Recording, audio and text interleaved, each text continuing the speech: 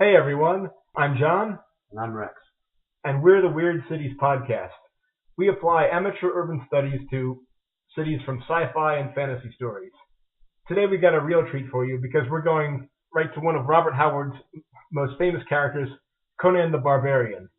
We're going to be doing the city of Xuchotl, and Rex here will explain a bit about the story. Okay, well, this story is Red Nails, and it's basically about Conan and his female warrior companion. His pirate companion, irony mateys. Yeah, She's a member of the Red Brotherhood. yeah, her name's Valeria, and they have to escape from danger into this strange, self-contained city, and they sort of fall into a feud that's been going on there for a while. What's kind of interesting here is that Robert Howard had a lot of interesting themes he would go over. One of them was, well, civilization versus barbarism.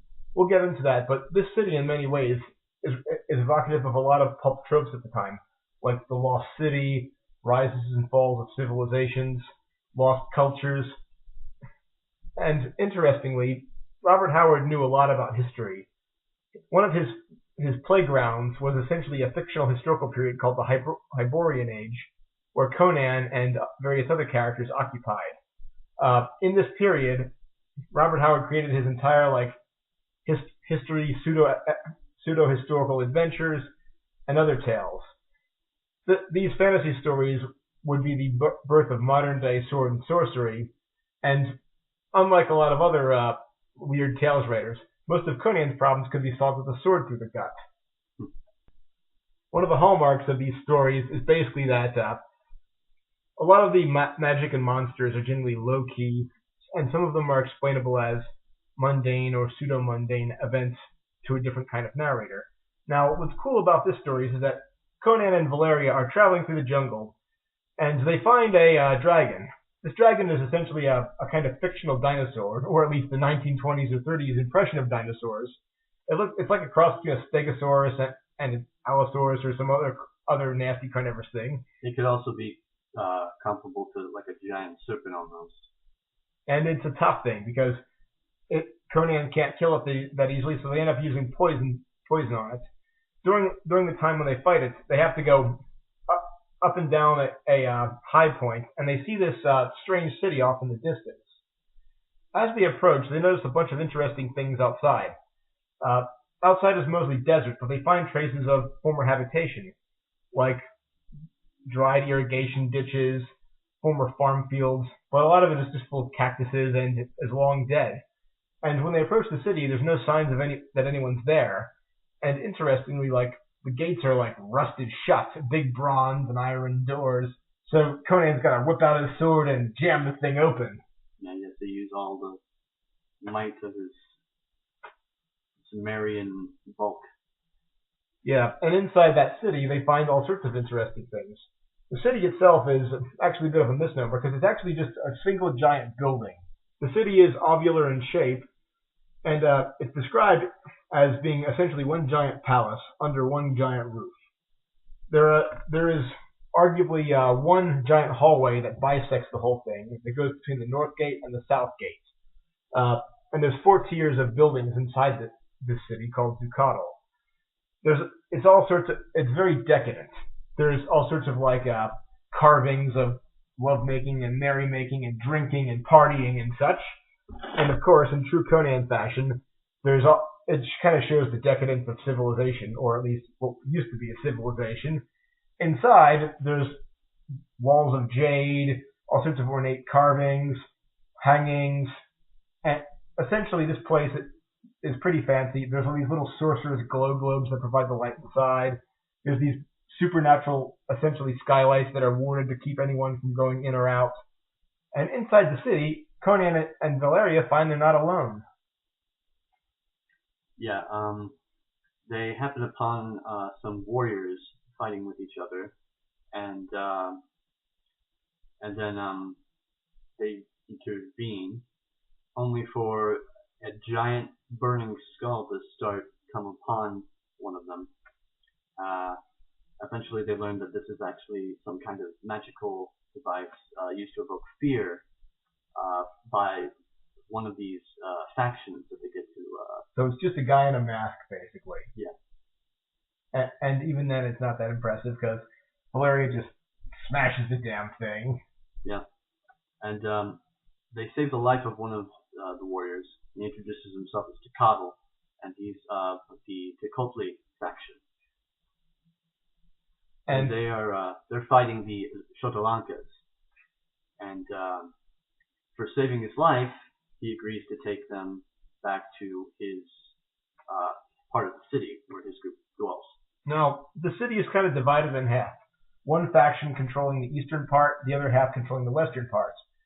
The main boulevard kind of denotes like where the zones of control effectively end.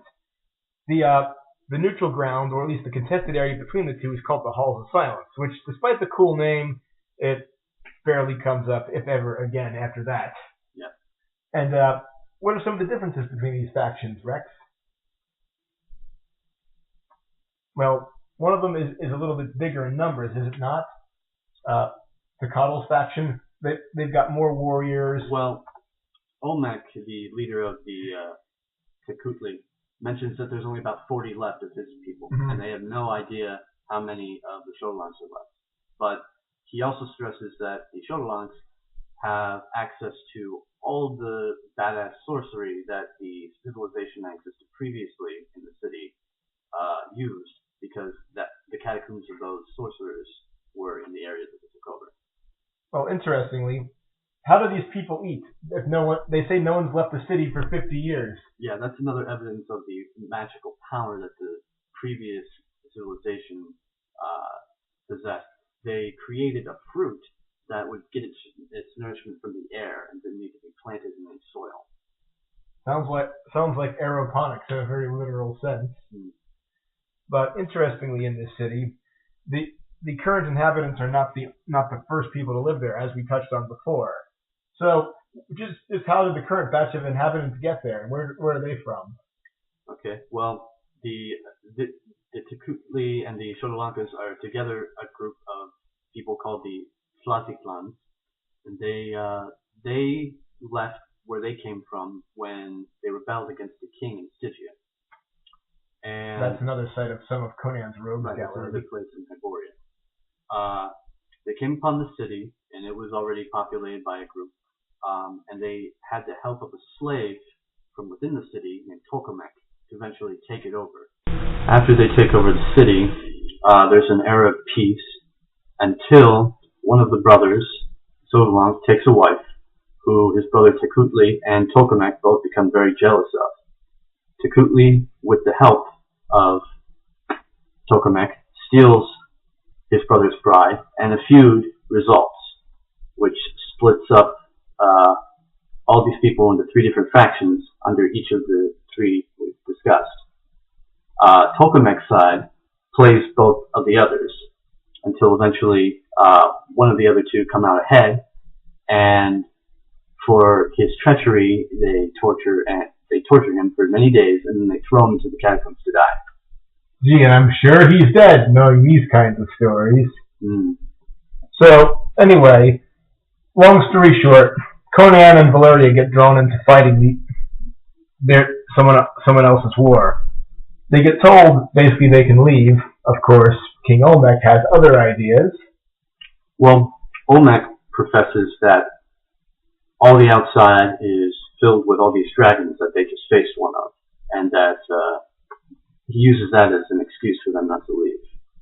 Yes, but Conan and Valeria finish off one of these things, which definitely impresses the locals. Yeah, so then they're convinced to help in the feud. And during this, though, their rivals pull out all the stops.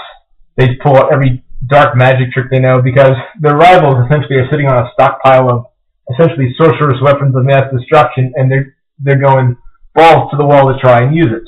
But interestingly, just as an aside, the reason the story is called Red Nails is whenever they kill an enemy warrior, they drive a red nail into a pillar in their base camp, essentially, to denote them taking another enemy life. And this is what the Tecutlis do. We later learn what the Xochotlancas do with their dead. And I'm sure it's really pleasant. Mm. But the Xochotlancas attack with like this magical set of pipes that causes, I think, the door guard to fall asleep or something to that effect. It causes him to actually open the door. Ooh. And the other one is paralyzed with fear. So they go in there, and of course Conan does what he does best and does some slaying. Mm-hmm. Yeah, there's a big epic battle in the I think it's the Tecutli throne room, and by the end of it, all the Xotlancas that, as far as Olmec and his crew are aware, are lying dead, and they are the effective rulers of Xuchotl. And I'm sure it's completely happy from there, isn't it? Mm-hmm. Well, during this fight, each of the sides has their own advantages. One faction, of course, is stockpiling all sorts of sorcerers' weapons of mass destruction. You get the impression that they're familiar with dark magic, necromancy, crap like that, because they can control like strange creatures like the Crawler and who knows what else. Whereas the other faction, of course, tend to be more conventional fighters with swords and shields. Now, the weapons and armor that seem to be used inside the city. It's also interesting to point out that man and woman all fight together. Yes, because they don't have any other population they can do it with. Right. So it's basically that or death. Especially because they haven't, in the 50 years since the settling, in the last 15, they have not had any more children. Yeah, so it leaves you wonder, though, how old is everyone? Mm-hmm. Well, they've all basically grown up. Presumably they're like the children and whatnot of the people who originally found the place. Well, another thing is that their weapons tend to be, at least the conventional stuff, tends to largely be leather armor and curved swords of various types. It seems Robert Howard had a thing because it made them seem more exotic, even though they kind of have a pseudo-Mesoamerican vibe, and I kind of expected them to start swinging around macanas and obsidian daggers and such. What's interesting is Conan's popular figure is always presumed as basically fighting in a loincloth, but in the stories, he's typically pretty armored up. What's funny here is a lot of the enemies he's fighting in the story are pretty much bare-skinned. Yeah, it's a nice little contrast there, especially when you consider all the Frank Frazetta artwork. Yeah, and it's probably used to kind of reinforce that they're kind of more bestial and degenerate and past their prime. Yeah. But how did they get this way? What are some of Howard's inspirations for civilization? Because Howard loved having civilizations fight barbarians in a lot of his works. Yeah, well, I think he drew from this book called Decline of the West by Oswald Spengler, who was a German historian and Historiasopher, or philosopher of history.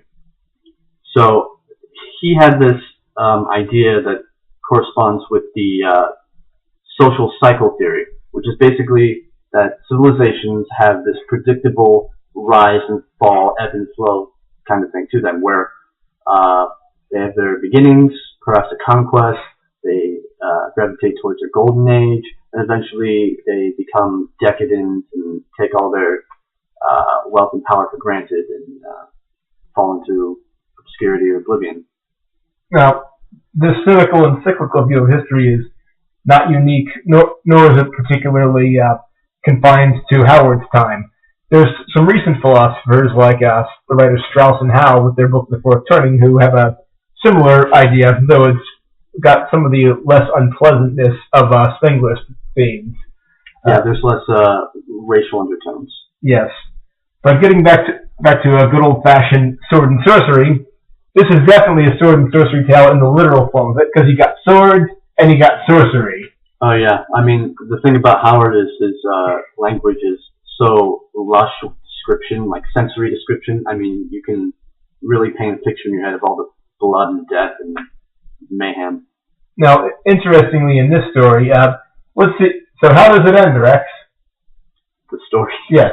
Well, it ends with okay. So, after they've won the war, the feud, it seems like they're going to be left to leave after a night's rest.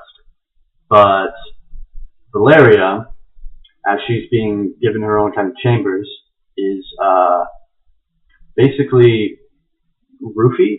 She's kind of put to sleep by this black lotus, by one of the slaves of the Texas. You still recording? Okay. And when she wakes up, I don't remember quite, so we're gonna cut this bit out. Well, what happens is that, long story short, Conan and Valeria wake up. They find Tascella has some dark sorceress secrets, and she wants to consume poor Valeria, her blood, her youth. Well, before that, there's the whole bit where Olmec kind of wants to get up in there with Valeria and feel her up, and he like puts her under his arm and kind of sneaks around, trying to find a place to do his dirty work. And Xuchotl actually comes upon him as he's trying to run about, and Olmec just takes his sword and stabs the dude, and then there. Sounds like he had it coming, as decadent leaders in dying civilizations in sword and sorcery tend to. No, that's Xuchotl. That's the guy who helped them. Yeah, Olmec, the prince of that group, he just unceremoniously kills the guy who brought them these heroes who helped them win the war. Sounds like sounds like Olmec's a backstabbing, dirty son of a you-know-what. Well, he's not even backstabbing. He did it right into his chest. But, long story short, the final battle is, Tascella and Valeria. Okay. So, after they defeat the Xuchotl, Conan wants to investigate their side of the city to see if there are any left. So, Olmec sends some of his men to go with Conan to show him the way. Unbeknownst to Conan, although he does kind of get a glimpse of Olmec kind of whispering in one of their ear, he's planned to be assassinated because Olmec doesn't really apparently like Conan that much. He considers him a threat or something. So they get into the Xuchotl throne room on the other end of the city, and they see evidence of the crawler that Conan had previously attacked when they were first coming into the city, and it's dead. And then one of the men sees what the Xuchotl do to make trophies of their dead, which instead of a bunch of nails in a column, is rows and rows on shelves of the heads of the dead. And he sees the... Talk about getting ahead. Yeah.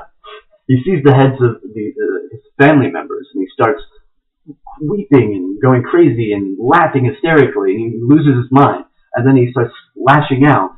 He kills the other guy that came with him, and then Conan has to kill him. And Conan rushes over to the guy that had been hit by this madman, and this dying man tries to kill him too. And with his last breath, he basically confides in Conan that he was supposed to kill him. And so Conan is obviously not too pleased with this information. So he decides he's going to pay Olmec back what he planned to give to him. Now, one thing about Olmec is that in addition to being a backstabbing and betraying douchebag, he's fairly dumb. In fact, he's too dumb to live. Here's the description about Valeria. Now, Howard was accused of many things, racism and misogyny.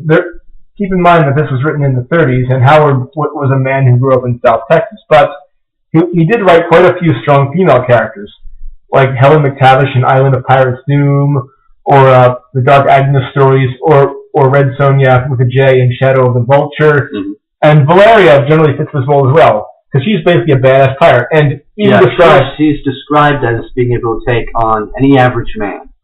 And throughout the rest of the story, she's described as, in contrast to Conan being like just brute strength, she's all finesse with her sword. She's dodging any blow anyone tries to put upon her.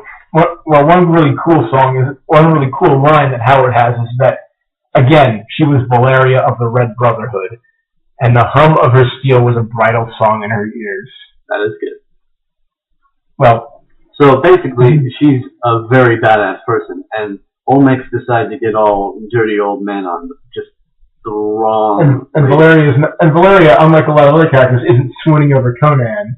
No, she's kind of giving him the business every now and then. Like she doesn't like him overstepping things. Yeah, she's very independent. And Conan respects her for the most part. I Because guess of just, her sheer capacity. Conan probably learned the hard way that treating a lady like that is a sure way to end up with a blade through your guts. But at the end of the story, Conan's final battle is against guess who? Well, okay.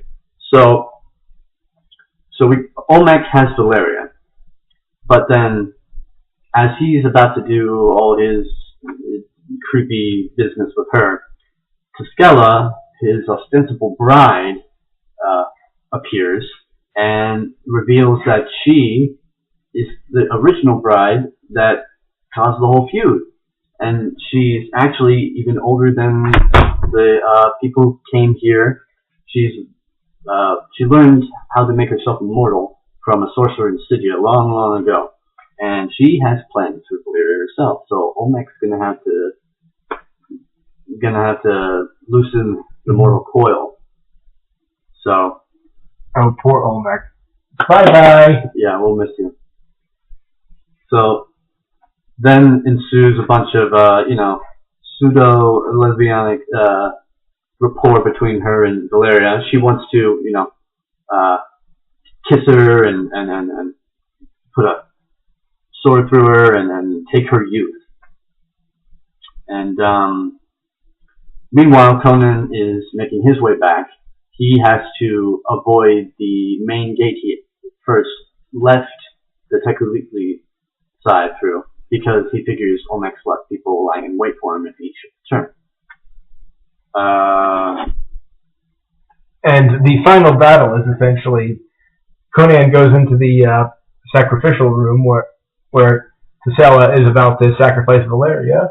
Well, he comes upon Olmec in a torture device, and he gets him out, and they kind of have to, he grudgingly admits that he has to help. He has to get Olmec's help.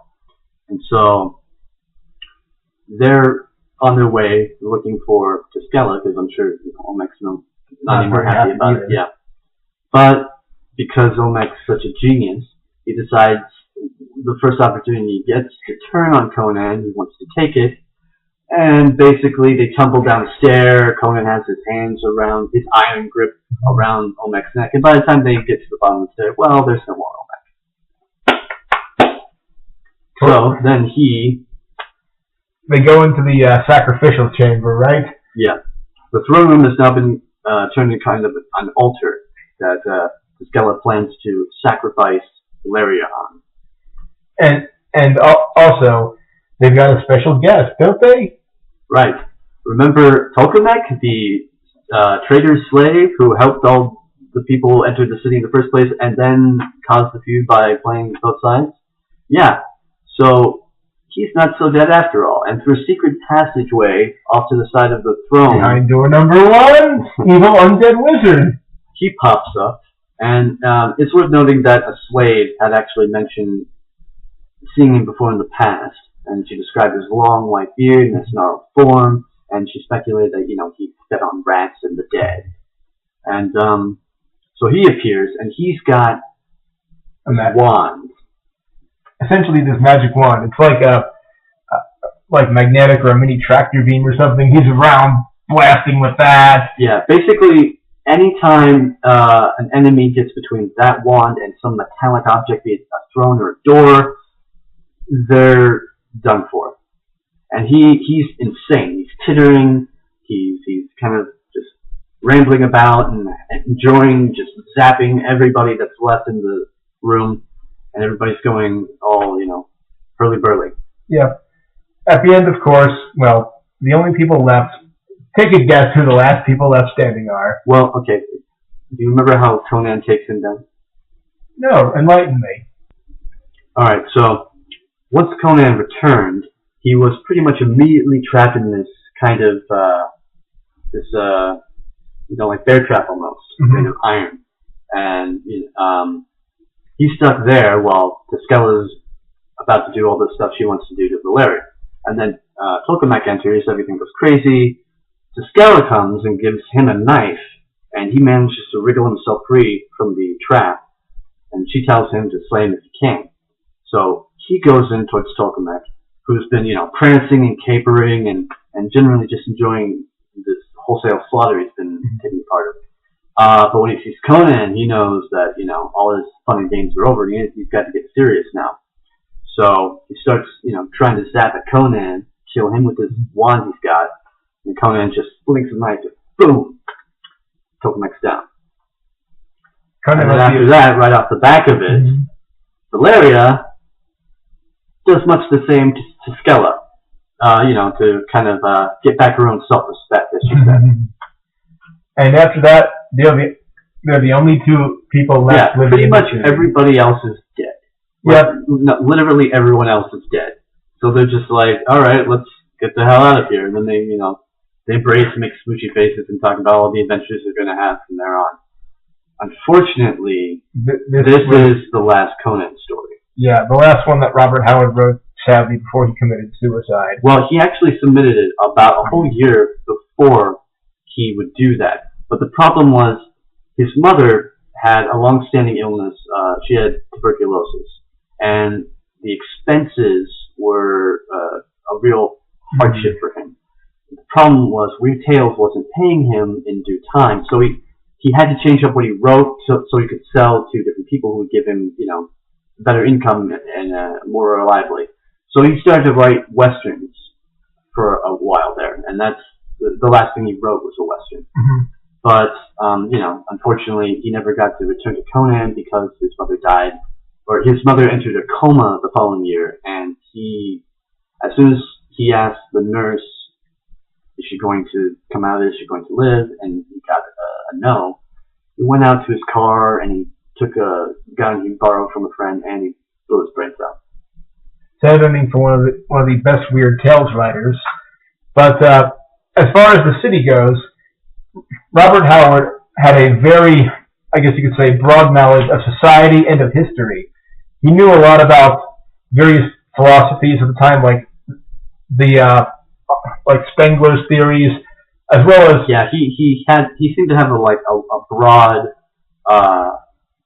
array of cultures he knew about. I mean, we haven't even discussed yet that the Slavic ones they're basically Mesoamerican inspired, but they also make references to Egyptian gods, so he clearly understood those. He obviously knows primitive European peoples based on Conan. There are references to Stygia. Pirates. Yeah, the pirates. Stygia is kind of a stand-in for Rome a bit. So he had a lot of knowledge about various different old world cultures. Yeah, he basically learned anything he could from his small southern Texas town library. Yeah, a man after my own heart in that regard. So because he knew so much about all these civilizations and history, he had a unique view of the world and the kind of things to expect from civilization. One of the popular quotes of his is that civilized men are more discourteous than savages because they know they can be impolite without having their skull split, as a general thing. So, well, Howard, as you can imagine, was a big fan of kind of rowdy activities. Each of the big three of Weird Tales, which we've gone over so far, Lovecraft, Clark Ashton Smith, and Howard, each is kind of a regional stereotype of the U.S. Lovecraft is the New England snob.